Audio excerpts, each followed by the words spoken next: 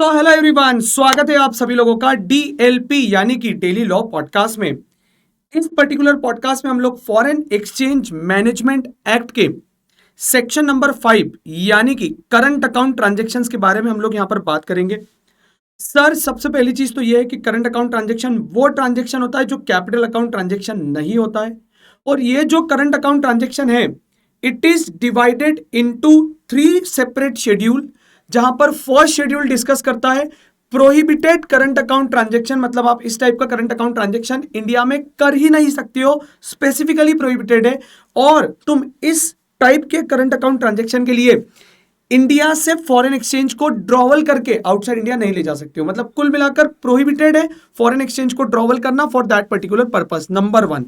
Number 2, schedule 2 होता है जो बात करता है कि यदि आपको वो कोई पर्टिकुलर करंट अकाउंट ट्रांजैक्शन करना है तो उसके लिए पहले आपको सेंट्रल गवर्नमेंट की परमिशन लेनी पड़ेगी। तीसरा होता है शेड्यूल 3 जो कि बात करता है ऐसे करंट अकाउंट ट्रांजैक्शन जहां पर आपको आरबीआई की परमिशन लेनी पड़ेगी, फॉलोड बाय हमारा नन्ना मुन्ना हंसता खिलखिलाता मुस्कुराता एलआरएस। ठीक है, तो हम लोग यहां पर सबसे पहले इस पर्टिकुलर पॉडकास्ट में समझेंगे कि करंट अकाउंट ट्रांजैक्शन क्या होता है। फिर उसके बाद हम लोग यहां पर केवल और केवल शेड्यूल 1 को डिस्कस करेंगे। सेपरेट पॉडकास्ट बनाऊंगा, वहां पर शेड्यूल 2 को डिस्कस करेंगे। सेपरेट पॉडकास्ट बनाऊंगा, वहां पर शेड्यूल 3 को डिस्कस करेंगे। ठीक है, सबसे पहली चीज, सर करंट अकाउंट ट्रांजैक्शन वो होता है जो कि other than capital account transaction होता है। और इसमें 4 ऐसे ट्रांजैक्शन है जिनको अनडिस्प्यूटेबली इंक्लूड कर लिया गया है कि आपको इनको कौन सा ट्रांजैक्शन मानना है। सर करंट अकाउंट ट्रांजैक्शन ही मानना है। क्या है ऐसे करंट अकाउंट ट्रांजैक्शन में 4 इंक्लूसिव पॉइंट। सबसे पहला, payment in course of ordinary course of foreign trade, यदि कोई भी आप डे टू डे की बिजनेस एक्टिविटीज कर रहे हो। अदर सर्विसेज सच एस, आप क्या कर रहे हो मालिक, शॉर्ट टर्म बैंकिंग और क्रेडिट फैसिलिटीज ले रहे हो in the ordinary course of business. तो मालिक short term banking and credit facility, word use हुआ है शॉर्ट टर्म, तो इसके लिए आपने जो भी ट्रांजेक्शन किए होंगे वो आपका करंट अकाउंट ट्रांजेक्शन ही माना जाएगा।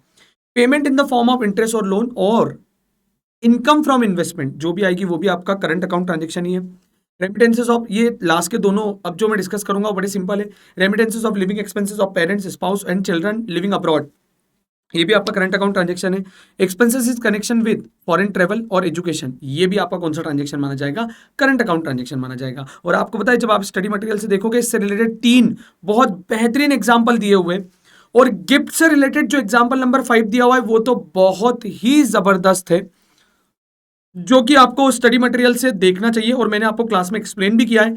ऑल्दो ये एग्जाम्पल से, इसलिए मैं इस पॉडकास्ट में यहां पर इसको कवर अप नहीं करूंगा।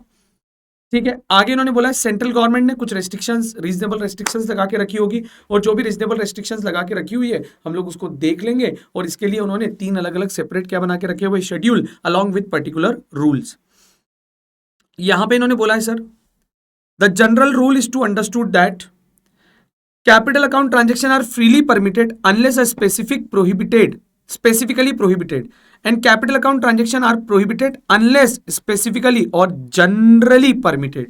तो current account transaction positive note पे बात करता है और कैपिटल अकाउंट ट्रांजेक्शन जो है वो नेगेटिव नोट पे बात करता है।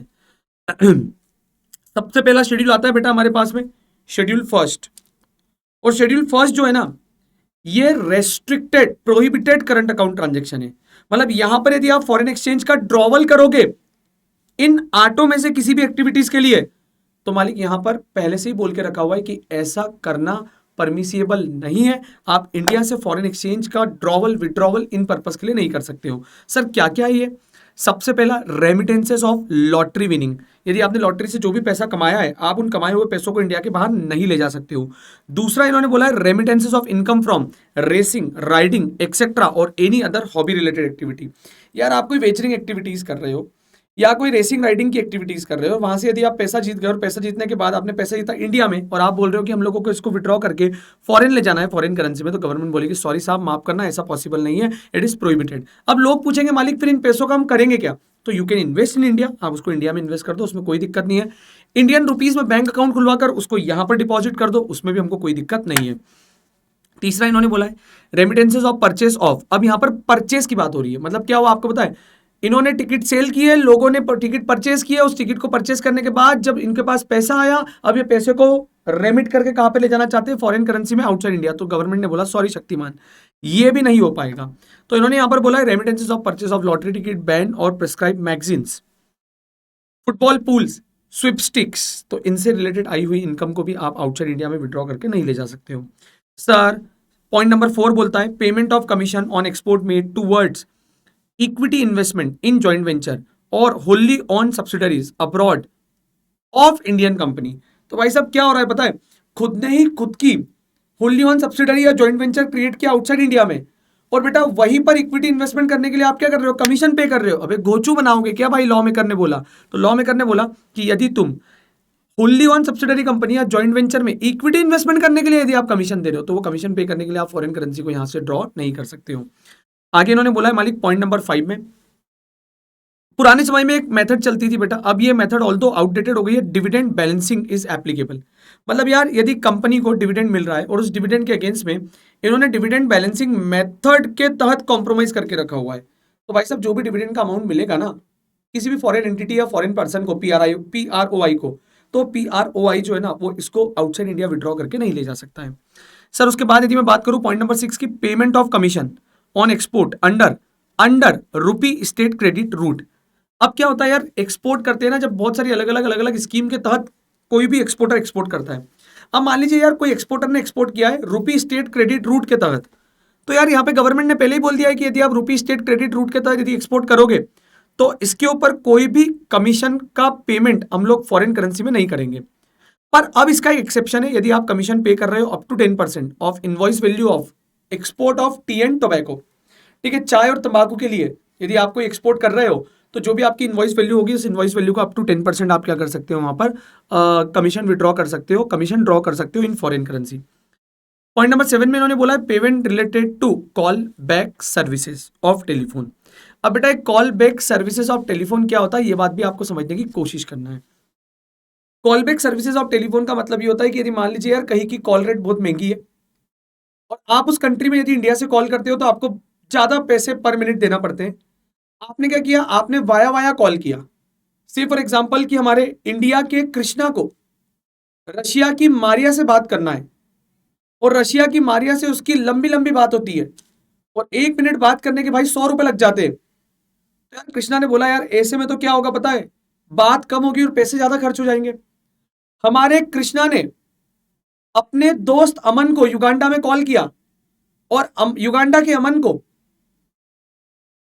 रशिया की मारिया का नंबर दिया और बोले आप एक बार अमन जी मारिया को कॉल करके देखो आपका कितना बैलेंस कटता है। तो जब अमन ने रशिया की मारिया को कॉल किया तो उसका केवल और केवल 20 रुपए मिनट कटा। जब हमारे इंडिया के कृष्णा ने युगांडा के अमन को कॉल किया तो केवल और केवल 30 रुपए पर मिनट लगा। अब यहां पर टोटल मिलाकर ही उसका खर्चा कितना लग रहा है बेटा, 50 रुपए लग रहा है, जो कि पहले कितना लगता था, 100 रुपए लगता था। तो अब यहां पर क्या हुआ पता है, जो 50 की सेविंग है ना मालिक, ये 50 की सेविंग को आप कॉल बैक सर्विसेज के नाम से आउटसाइड इंडिया नहीं ले जा सकते हो। इसके लिए गवर्नमेंट ने यहां पर क्लियरली ये मेंशन कर दिया है।